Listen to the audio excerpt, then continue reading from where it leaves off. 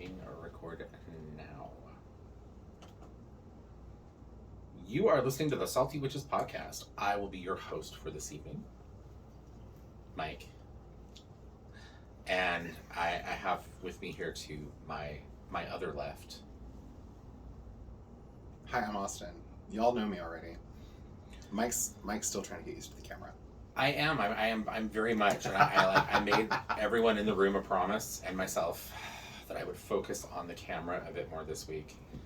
So I'm going to try to do that. I'm not a direct eye contact kind of person. And for me, this is just like looking someone in the eye. So it's very, very strange. One of our listeners actually, Jasper, now watchers, I guess, last week told us that being able to see us on their TV and being able to actually like see us looking at them, like we were making eye contact with them, like was really just tripping them out.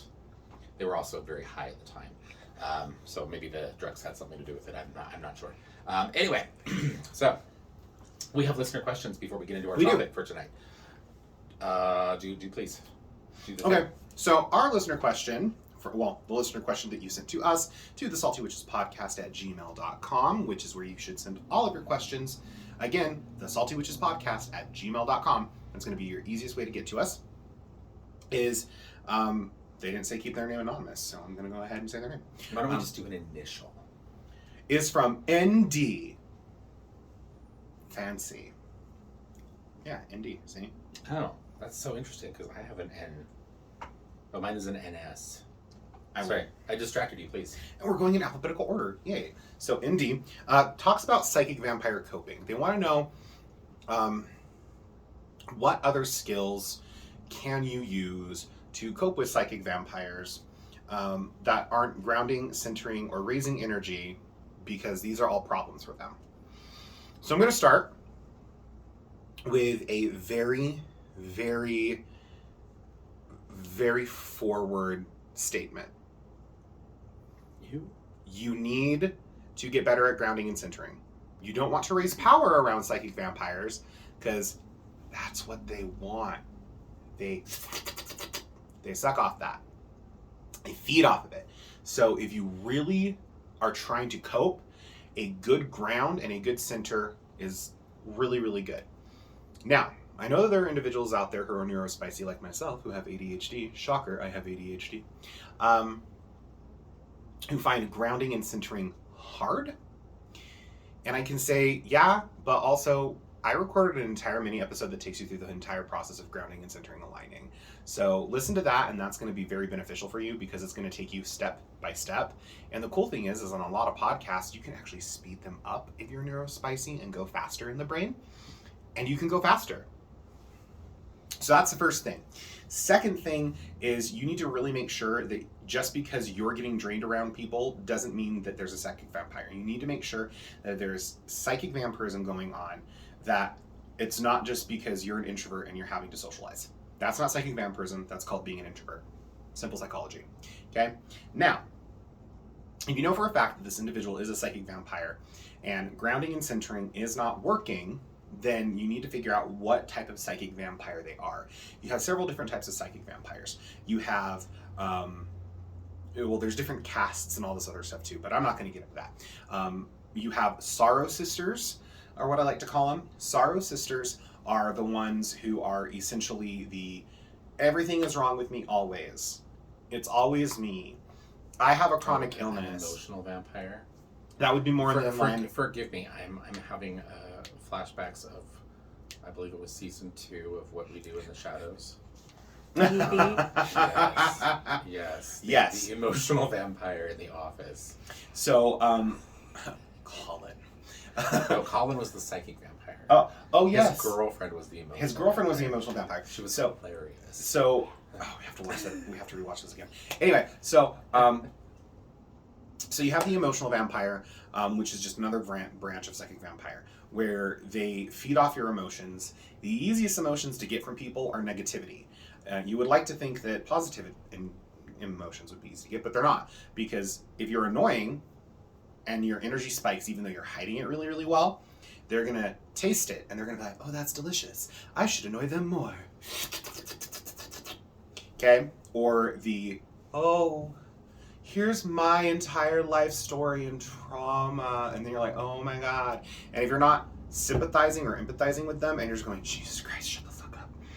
I don't care. Who are you? Why are you talking to me about this? They're still going to be feeding off of that. Okay? So your emotional vampires. Then you have just your average run-of-the-mill psychic vampires who are like a black hole for energy, where they just seem to walk in the room and all the energy level in the room just depletes and goes down. Those ones are a little bit harder to deal with because they're affecting the environment, not just you. And so if they're affecting the environment, the easiest thing you can do is to, again, make sure that the environment itself is very grounded, or simply block and shield them out. There are various ways to do this, but psychic vampires don't like hematite. So, especially untrained psychic vampires, because there are psychic vampires who are fully trained. Michel Belanger being an example. So hematite is a really good stone. It keeps your energy grounded, and any of their little psychic or energetic tendrils or tethers that they try and extend to drain energy off of you or the surrounding environment will just be simply grounded out and sunk into the earth. So there are a few things you can do there. But also, consider this. Maybe you are the psychic vampire. Right? And there's nothing wrong with that. In the witchcraft community, the idea of a psychic vampire has become this, that is like the big negative nasty in the world. And then below that you have demons and parasitic entities and all these other things that makes everyone feel like they're in an episode of Charmed.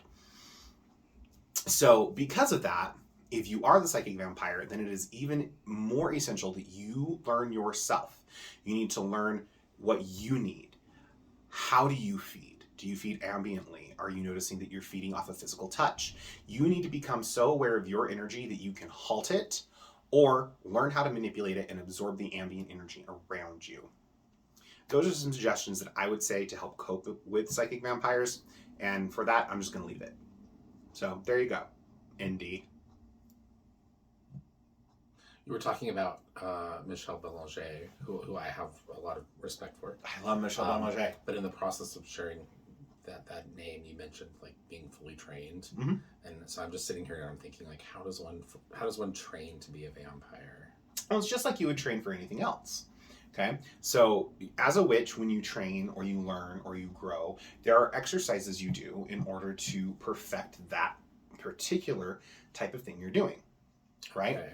As a witch, we learn to ground. That's part of our training. Then, as you go further, you learn to ground a space or you learn to ground a group, especially if you're going up into the ranks of someone who's leading public ritual. You learn how to call up energy, manipulate energy. Those are all things. So as a psychic vampire, when you're seeking out training or stuff like that, it's no different than training that you would do as a witch. You just have to get really, really, really good at it because it's going to be harder. If you're calling up a lot of energy and depleting that, then you're going to notice that you are going to be even more depleted than the next person. I'm sorry I asked. Okay, we have another listener question. Yes. It's a Tuesday. I'm not very intelligent. It's Mars's day. Yes. Are we in the hour of Mars though? No, we're in the hour of the moon. You should be crying right now. We're in Cancer season right now as well. So you should definitely be crying. I'm not a Cancer. No, but you're a water sign. We have another listener question. This one from another N name. NS. All right. So a little bit of a story with this one, and so I figured we would kind of pick this apart as I read through. Okay. After relating some other personal details, they go on to state that they are not a witch. They are a level 0 getting started witch. Did not use the term baby witch. All right. Thank you for not doing that. Points for that. Who has never done magic at all, and does not know anyone who is personally practicing witchcraft. They've begun to meditate, or are at least trying to meditate, and they've been looking for things to read to assist them on their journey before they actually start. So I want to stop right there. I think that's a good place to stop and maybe to kind of dig into that just a little bit. Agreed. For this listener, I want to let you know right now that you can read and read and read and read and read with the hope that all of that knowledge will help you get to a level of comfort and confidence in what you're doing. But that's never going to happen. Ever, ever, ever. Ever. You need to get practical. If you wait until you feel comfortable or until some imagined feeling of safety like comes over you and you're like, now I can finally be the witch I want to be, you're never going to have that moment ever. That moment does not come. So I want to encourage you, at least at this point in reading your note to us. And from the sound of it, you're doing good things. Absolutely. And we're always learning. But you do seem to be at a moment right now where I would say you need to get practical with some of what you're doing, because that is ultimately going to be what is going to help you grow, I think, into becoming the witch that it sounds like you want to be. Witchcraft is experiential. It's not something that you're going to really be able to do on just purely on book knowledge alone. Well, it's a craft. Yeah. Right? Yes. You can read a book on how to draw and paint, but that doesn't mean you're going to be able to do it until you start doing it. So they go on or they add that a lot of the references that they are coming across, particularly the books that they have been working with, they're not quite sure that these are necessarily the best references or resources, I should say, for information. Sorry, not references, resources for information. So they ask if there's anything that we would recommend, basically to help them on their journey as they are learning. They say anywhere, but I also think based on the question here that they're also looking at additional resources for books.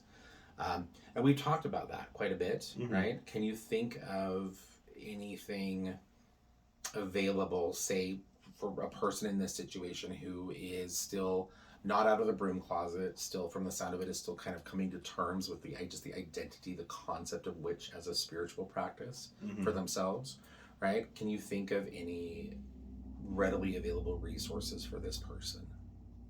Not books necessarily, but say like resources online. Like I was reading this, and the first thing that immediately came to me was Frankie Ann's YouTube. Yes, most definitely. So Frankie Ann Castaneda, aka Chaotic Witch Aunt, a very close friend of ours. We love them. Their YouTube page is going to be a really good resource because you can actually watch as Frankie starts putting things on YouTube from like their very first video, how their craft has actually grown and developed. And they are very much in that position as well with us, where it's like, well, if you're going to be studying witchcraft and magic, but you're not actually going to be putting any of that into practice, what's the point? You know, you don't want to be an armchair occultist. You can learn and learn and learn, but until you actually pick up that candle, carve on it, anoint it with the oil, put the herbs on it, light it, focus your energy, you're not going to be a witch. So you need to get practical. But Frankie Ann's YouTube page. Yeah, I was just sitting here thinking, like, we plugged Frankie Ann's book last week. We're starting to sound like stands, and that's okay. I stand Frankie Ann. There you go. I stand Frankie. My little niece. T-shirts made. I stand Frankie Ann. It's her little niece. She calls us her gay witch uncles. Her witch uncles. Yes, her anyway, uncles. So that would be a good resource for you. Other online resources, I'm going to probably steer you toward anything that you see coming from Laura Tempest Sackroff. Another amazing voice, and she has a pretty robust online presence. Yeah. I still like to send people to Cindy Brannon. I realize that so much of what Cindy Brannon does is really kind of geared around Hecate and work and witchcraft. But a lot of what she talks about is, I think, really applicable on a much broader scale. 100% agree. Those are three voices that I know for sure you're Thumper Forge. Gonna get. Thumper Forge would be another good one. Although I don't know that Thumper Forge, does Thumper Forge have like YouTube presence? Things like Not that? YouTube, but they have Pathos. And his book is coming out. Yeah. Yes, Virgo Witch is coming out here soon. Oh, there's another one too. Aries Witch. That area. They're doing the entire series of. Well, that's Ivo. That's Ivo Dominguez Jr. that's doing the whole series. But he's Thumper doing. Forge was doing Virgo Witch. Yeah. He's kind of the co-writer for Virgo Witch. Yeah. I think that they're writing a book like on Discordian practice. So yes, yeah, I think Okay. Pepperforge is also writing something on Discordian practice or chaos magic, Okay. I believe. So yeah, so that'll also be a good resource. But those are also very niche Mm-hmm. types of practices, and they may not necessarily be what this person is looking If for. you go on to Patheos, you'll. I'm going to stop you right there because Patheos has become in recent years an increasingly questionable resource for information. Yes, but with the people that I'm going to be listing off, Okay. Jason Miller, John Beckett, Keldon, Jason Minky, Thorne Mooney, Cindy Brannon, Bora Tempest Sakharov. There's a whole bunch of people on Patheos. I think Storm has a Patheos. I think Devin has a Patheos. You're just giving full names at this, or first names at this point. Okay, so Storm Fairy Wolf, check out Devin Patheos. Hunter. Okay, a couple of the names that you mentioned in there, like I know they're knowledgeable, and they can be good resources for particular types of information. But I also know that they're not voices that speak for broad chunks of the pagan/witch community. Like I know you have a boner for Storm Fairy Wolf. I don't have a boner for Storm Fairy Wolf. I have a really difficult time with Storm Fairy Wolf. And, yes, I know you do. And you know why. So there's that, but also you mentioned Jason Miller, whom I have books written by Jason Miller because I will say that he's very very knowledgeable. But I also know from reading some of his work that Jason Miller tends to be highly appropriative in a lot of his practice. Mm-hmm. And so those are just caveats. Those are just like, hey, just so you know, this is something that you might see in this person's information. It does not mean that what they are sharing is bad information, right? But you might need to do a little bit of additional research to actually see what your access maybe should be. Well, and you should be doing that with anything practices. You're reading anyway. Exactly. That's an important piece to learning and researching these things is knowing, like, okay, now what do I do with it, or how do I apply it, right? Also, Gemma Gary. So yes, Gemma Gary is a really good one for English. Mm-hmm. Kind of tradcraft. Those names that we've listed, that we've shared, these are also all published authors. Yes. And I would say that the majority of them, anything that you really are going to find that has their name on it is probably worth a read. Yes. Because you are going to be getting good information. Mm-hmm. Whether or not that information is ultimately going to be practical to you and what you want to do for your own witchcraft, right? Again, that's a decision you have to make. All right, let me see. Next chunk. Judica Isles as well. Judica Isles is a folkloric historian. So. Actually, I think that's pretty much it for the question piece. They do talk a little bit here, kind of toward the end. They do share that they are interested in witchcraft as a means of personal discovery. They talk about learning more about themselves, growing spiritually, both externally but also within themselves, mm-hmm. And being able to connect to the physical world and the kind of basically they say the universe. So kind of like all that is, right? Mm-hmm. And witchcraft is a wonderful tool for that. Witchcraft is probably, I would say, one of the best tools to do that kind of work outside of, traditional, psychological therapies and things. Mm-hmm. Yeah, witchcraft is an amazing thing.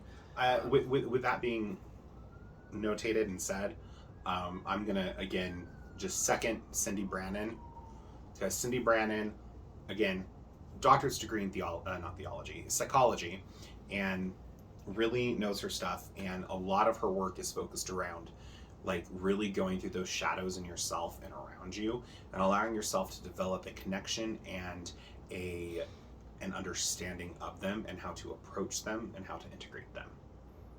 So okay, all right, that's and if you don't like any of those suggestions, well, go look on Pinterest. Dude, what the hell was that? That was my hands clapping. Right in front of the microphone. You're going to deafen our listeners here. I did not think my hands would clap that loud. Okay. Well, we've gotten through listener questions, so I think at this point we could probably dive into our topic discussion tonight. Yes, our topic tonight. Did it change from what we talked about earlier? No. Okay. So our topic tonight comes from a very loyal listener suggestion, and it's Jasper. Oh, okay. What are we talking about? The Black Book. Oh, okay, all right. I'm sorry, I was unaware that this came from Yes, this came from Jasper. Okay, you did not share that detail with me. Oh, I thought I did. No. It doesn't matter, it's okay. I'm pretty sure I did. Okay, whatever. All right. So the Black Book.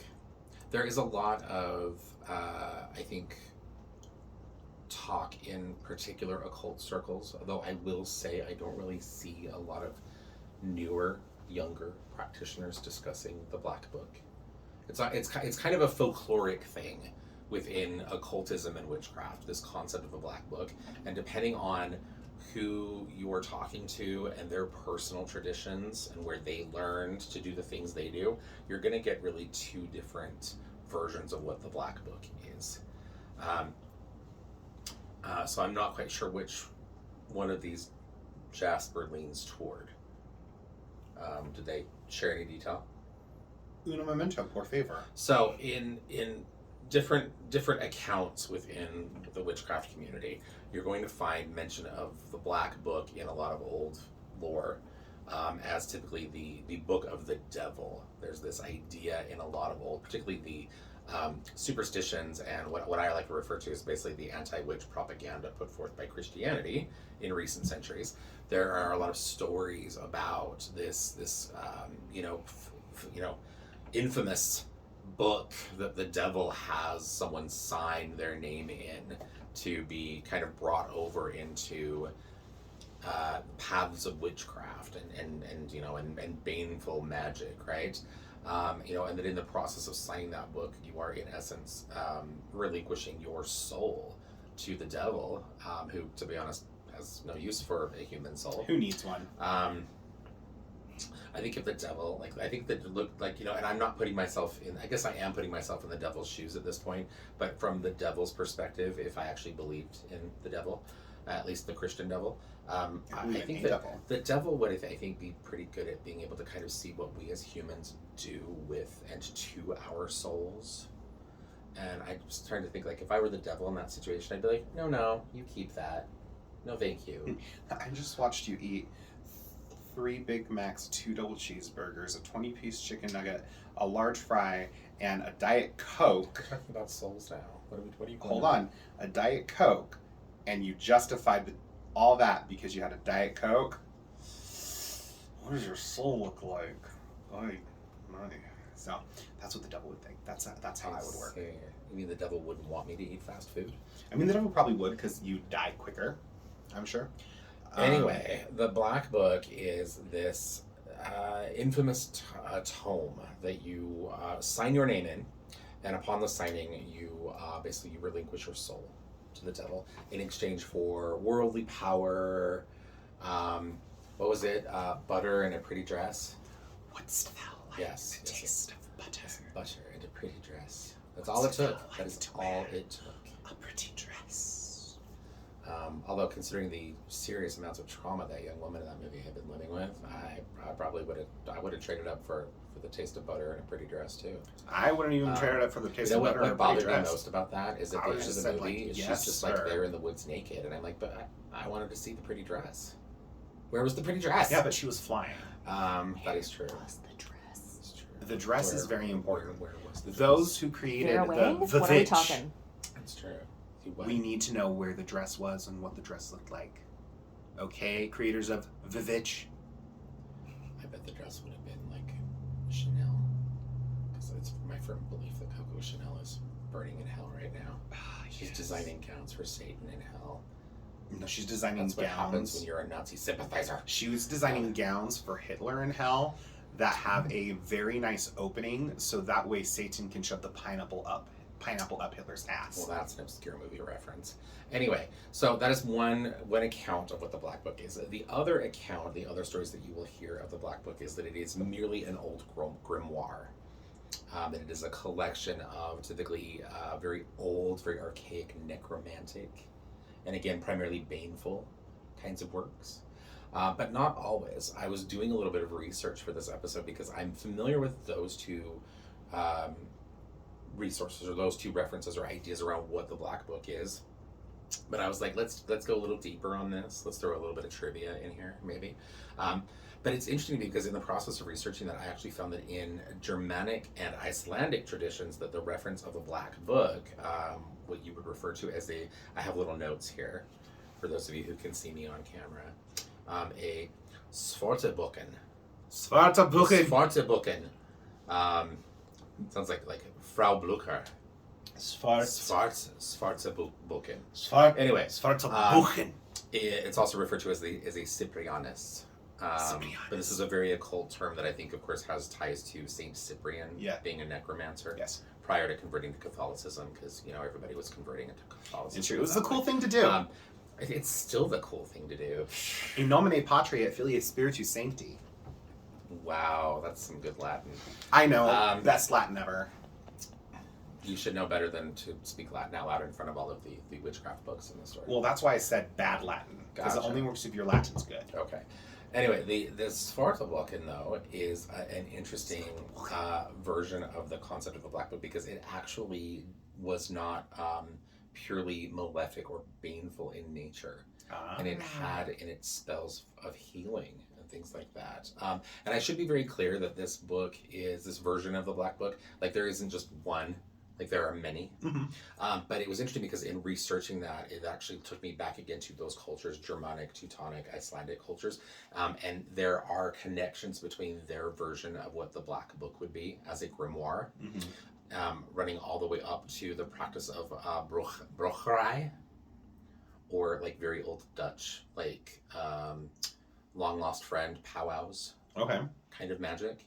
And I don't mean powwows in like a horribly racist sounding indigenous American way. I actually mean like the Dutch spiritual practitioners, they refer to what they were doing as powwows. But the brocherij are the it's old, like it's like Dutch. It's a whole bunch of folk magic that kind of comes from that area of the world. That sounds Scandinavian, fun. Germanic cultures. It's one of the places where we get like back east here in the country. You get like the hex signs that were really common. Hex's sign. Whatever. So it's just very interesting to me because typically when you learn or you talk about or you hear people discuss the Black Book, it's got very insidious kinds of associations. So having brought this up, and making this the topic of this episode, what practical knowledge would someone today really gain from being familiar with something like the Black Book or a Black Book as an archetypal thing within witchcraft and occultism? Well, in a lot of traditions and a lot of covens, you will have information that's passed down teacher to teacher, priestess to priestess, so on and so forth. And when you have those things, those are generally kept in a tome, a grimoire, something like that.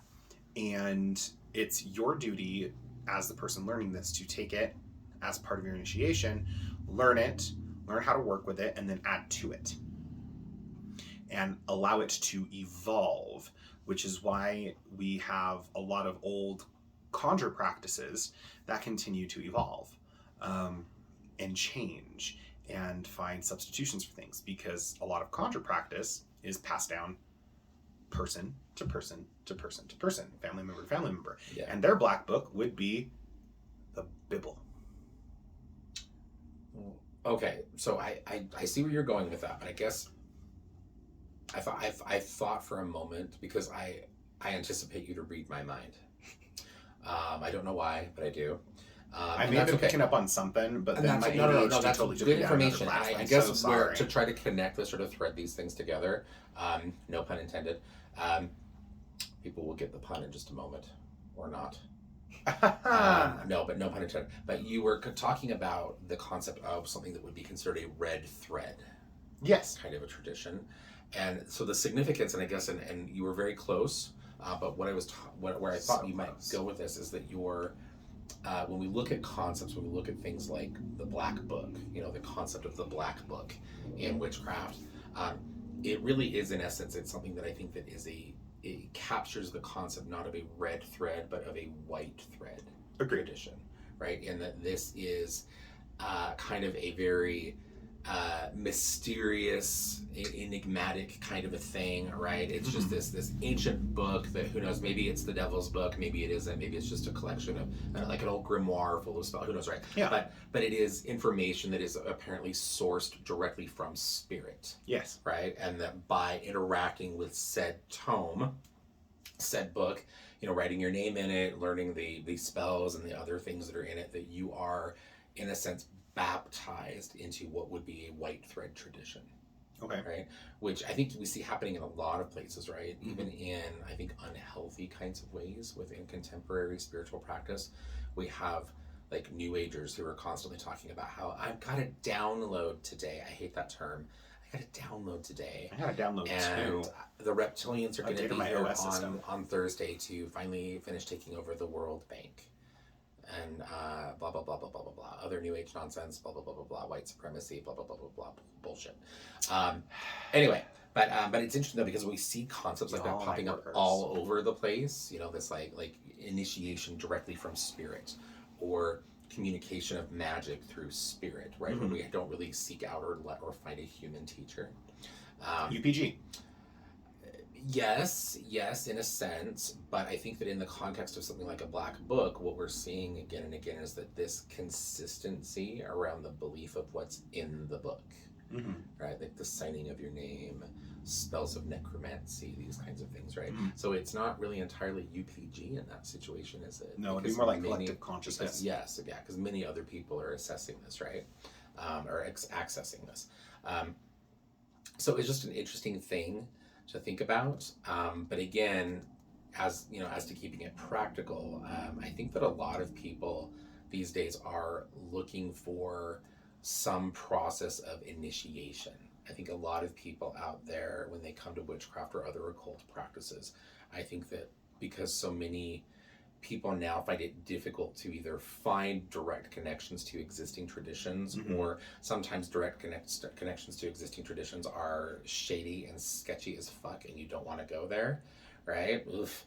I think that a lot of people are more and more, they're seeking out that direct connection to spirit, and as a result, some sort of concept of baptism or initiation is then results, right? Yeah. And that's what that is. When you look at kind of the metaphor of, signing your book or your name in the devil's book, that's a baptism, right? And so I think that the reason that concepts like this persist is that people are looking for this, right? There's a sense that if I do this, if I baptize, if I initiate, then there will be legitimacy into my practice. I'll be the real thing.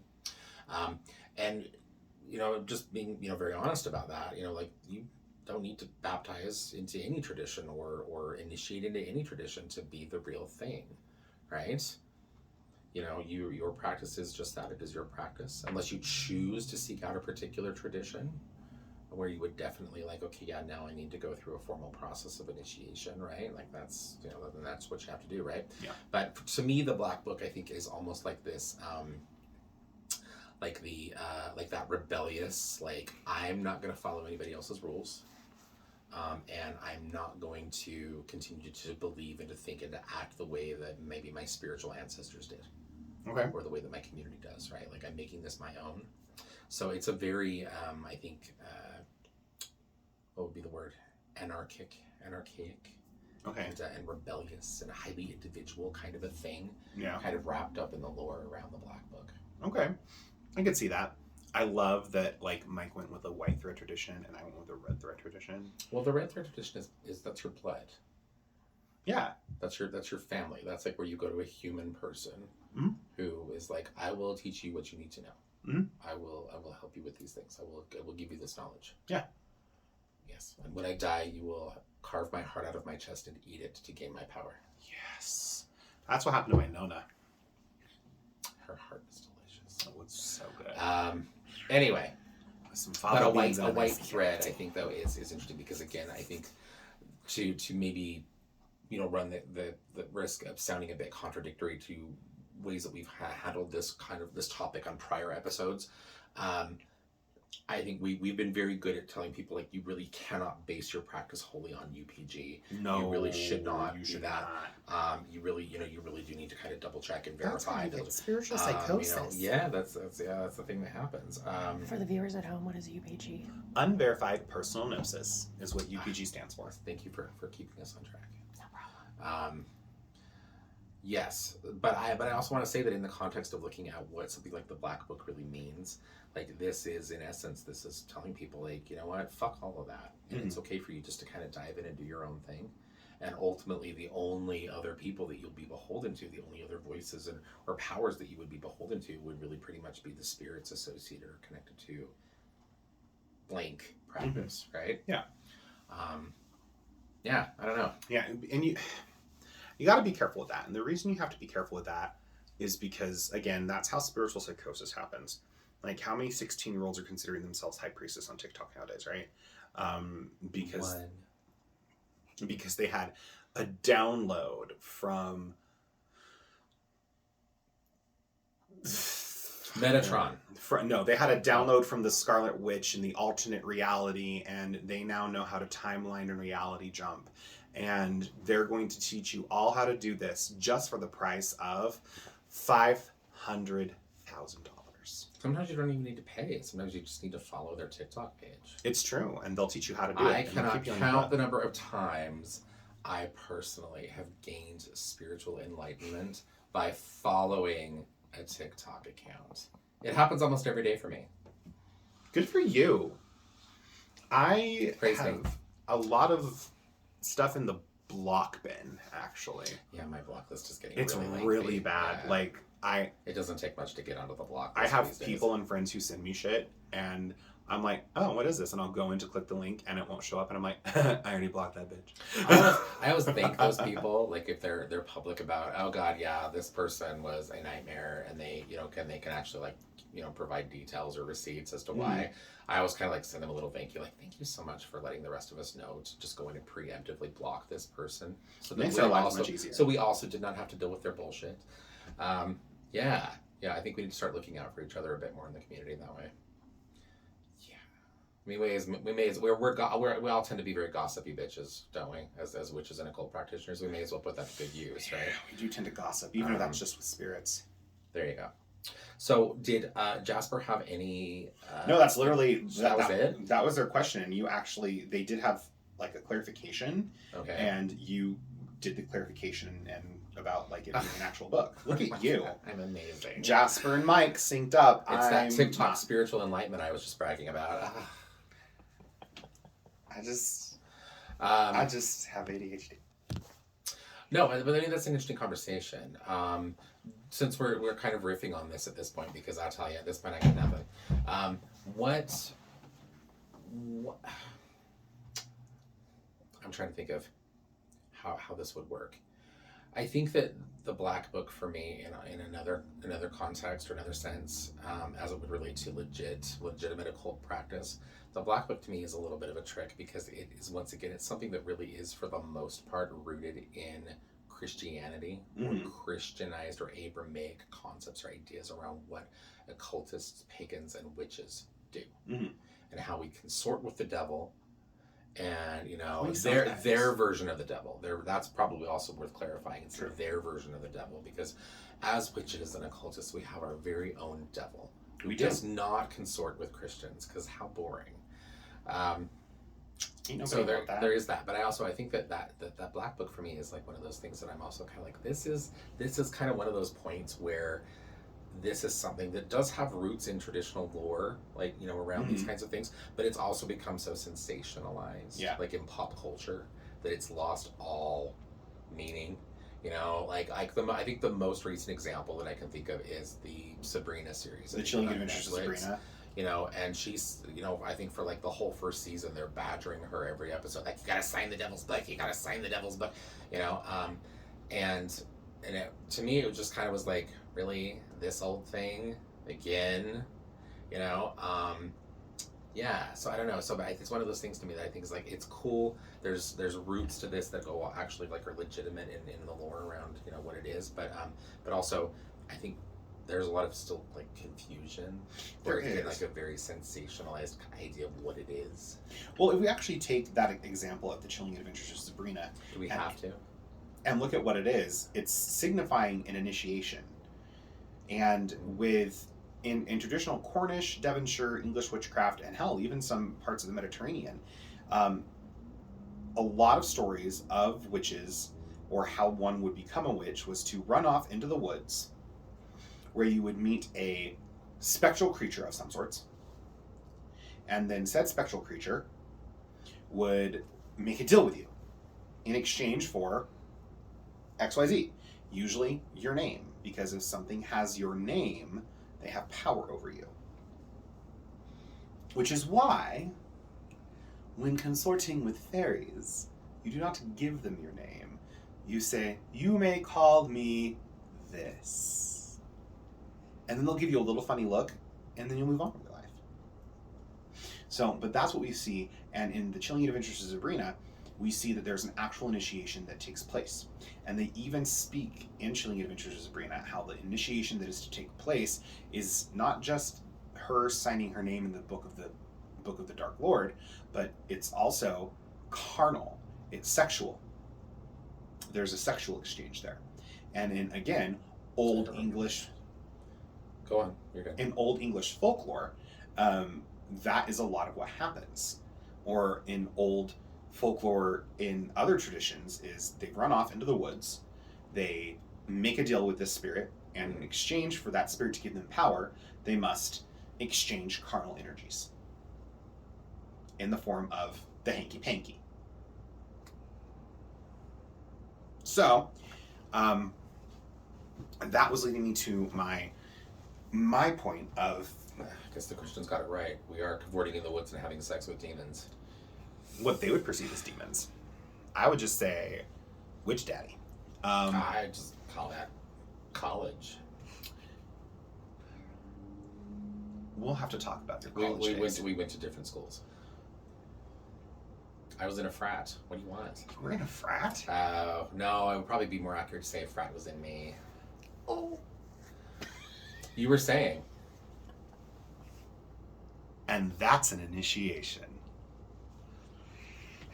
Wow. What? I never really did anything like that. How did you just become raunchier than me? That's a very good question. I My don't know. God. Anyway, so...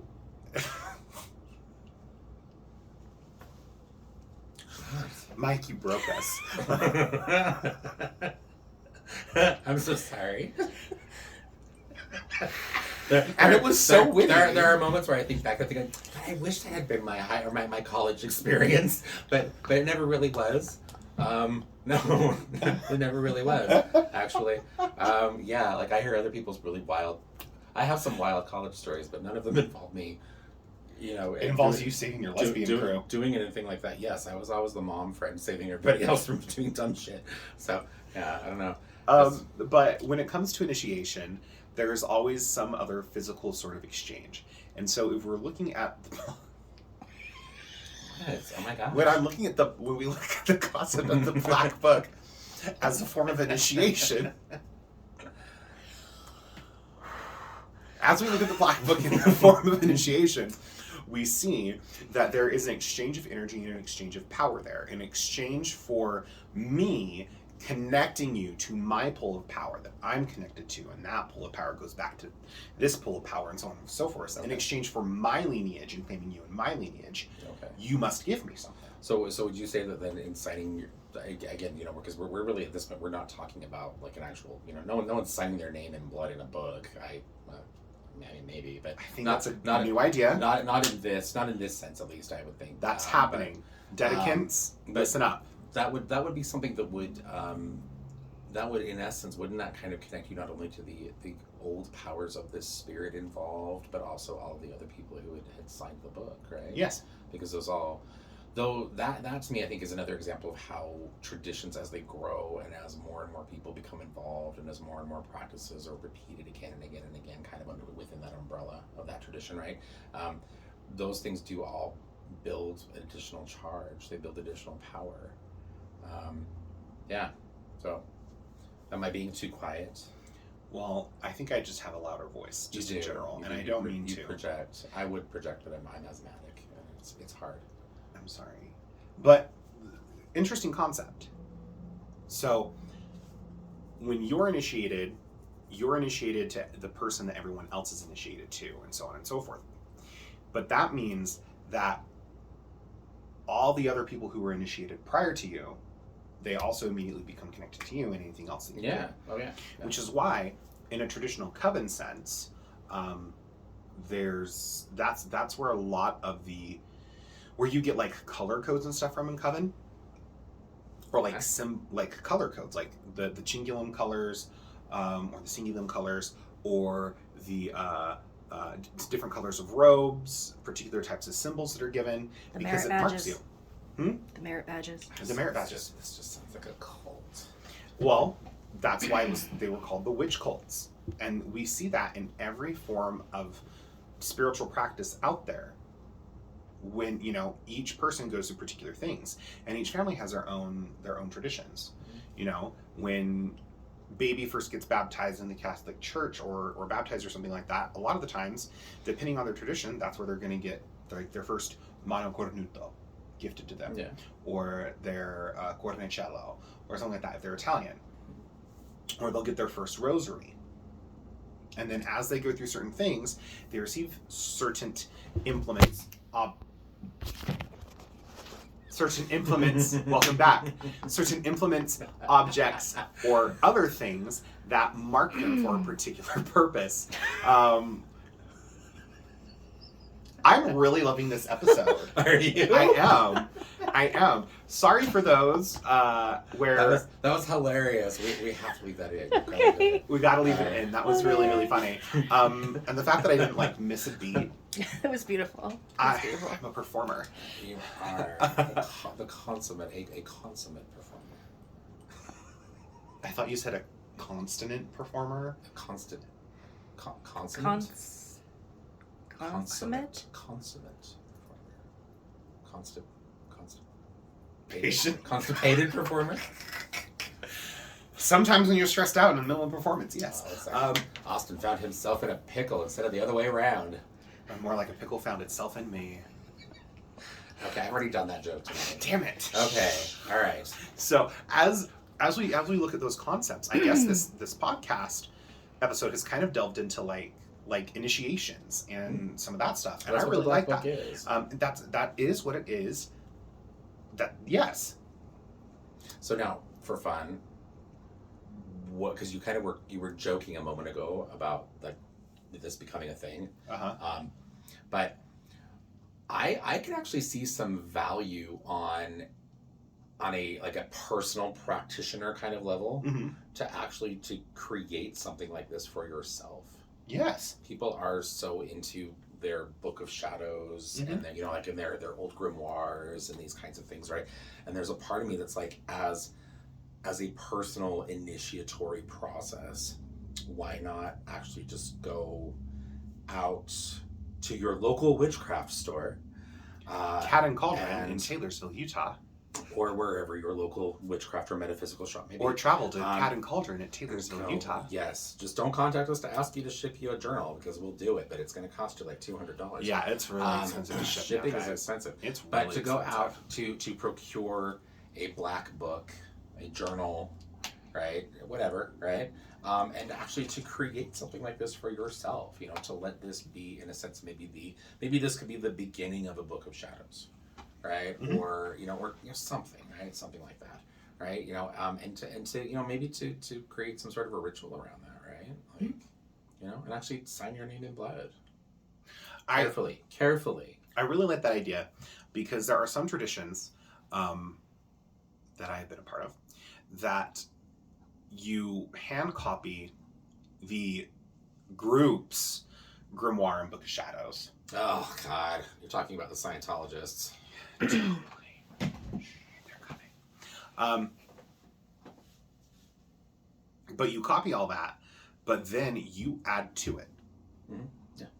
And then basically the idea is that as you become bigger or more involved or well learned and practiced, as you create and craft these things, you have a record not just of your journey, but of the coven's journey. Yeah. And then eventually, if you decide to pass this along to your children, or if you decide to impart or take on students, then they have a reference that they also get to learn from. So hopefully that they can make things better. Indeed. All right. Do you feel we have adequately answered Jasper's question? I feel that we have adequately answered Jasper's question, yes. Okay. This has been a fun episode. Well, it has been, and I think that we're going to go ahead and we're going to move on from our topic of focus, and let's remind our listeners and viewers of some of what we got coming up in the next few days. Yes, so here at Cat and Cauldron in Taylorsville, Utah, we have a few things coming up. The soonest one, I do believe, is the full moon. Full moon night is this Sunday at I'm referencing our schedule again here. It's 5. At 5 p.m. Yes, thank you. Thank God Ashley is here to keep us on track. Seriously.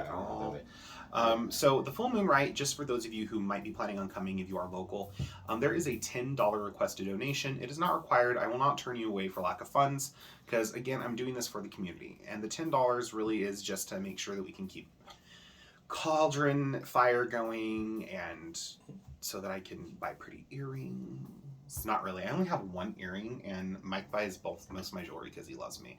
Also because I don't really do that for myself. Anyway, but our full moons tend to be a little bit more ecstatic. And so there's going to be fire, there's going to be heat, there's going to be light, there's going to be lots of sounds. So if you have a tendency to be a person who gets overstimulated by these things, then this might not be the ritual for you. Unless you have the capability of bringing something that can make sure that you are okay. I've had people actually wear like the flare earplugs before in ritual with me, and they seem to like dampen the decibels just enough to where they actually feel involved. So if you have tools like that help, awesome.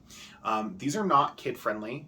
I am not a kid friendly practitioner. I do not dislike or hate children, but I don't want to try and babysit your child while we're milling around a flaming hot cauldron.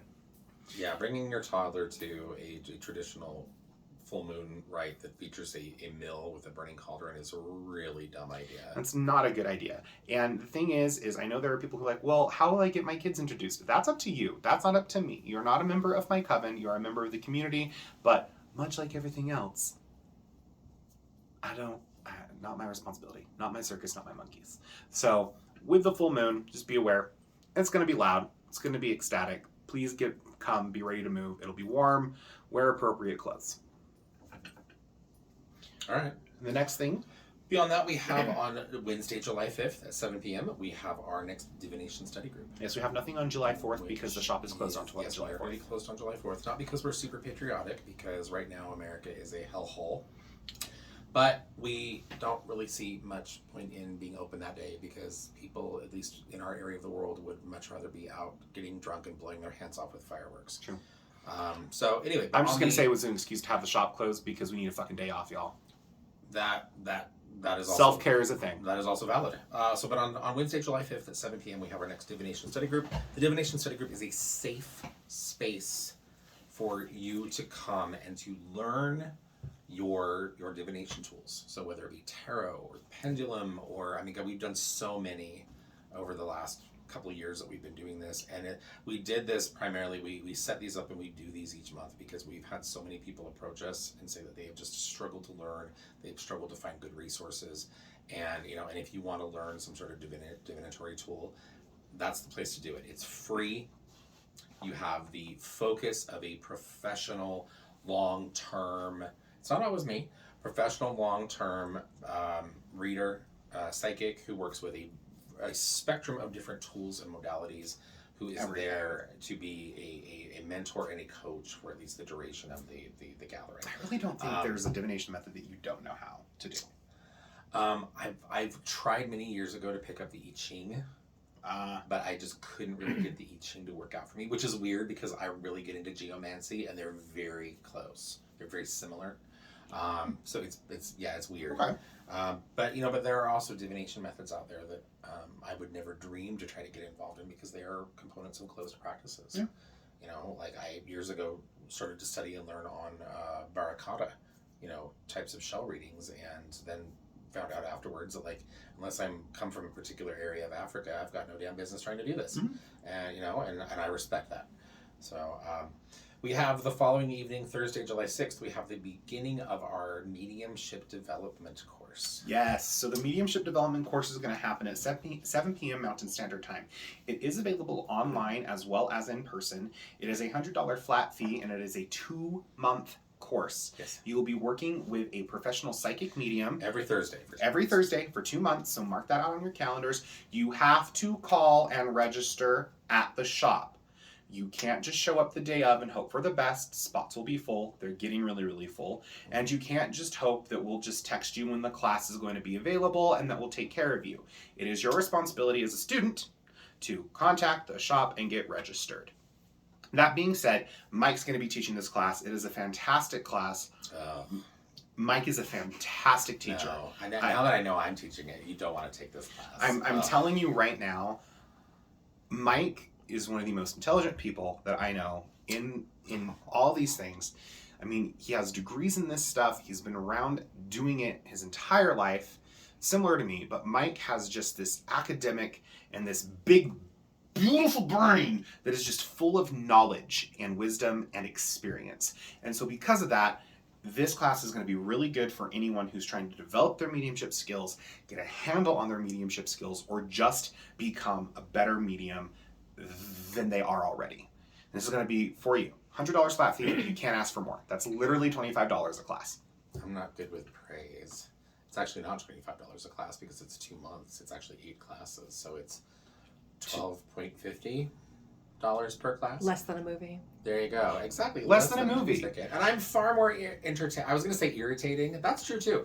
I'm far more entertaining and irritating than a movie would be, I guess. I guess it depends on the film. Exactly, it really was. I should probably give the shop or how many give the screaming shop's children phone are in the number. theater. So if you want to call and register for that, or any of the classes that are available online. I just want to say really quickly to tack onto that, and then we'll stop with our shameless self promotion. It's literally the part of the podcast. The mediumship development course is almost purely practical.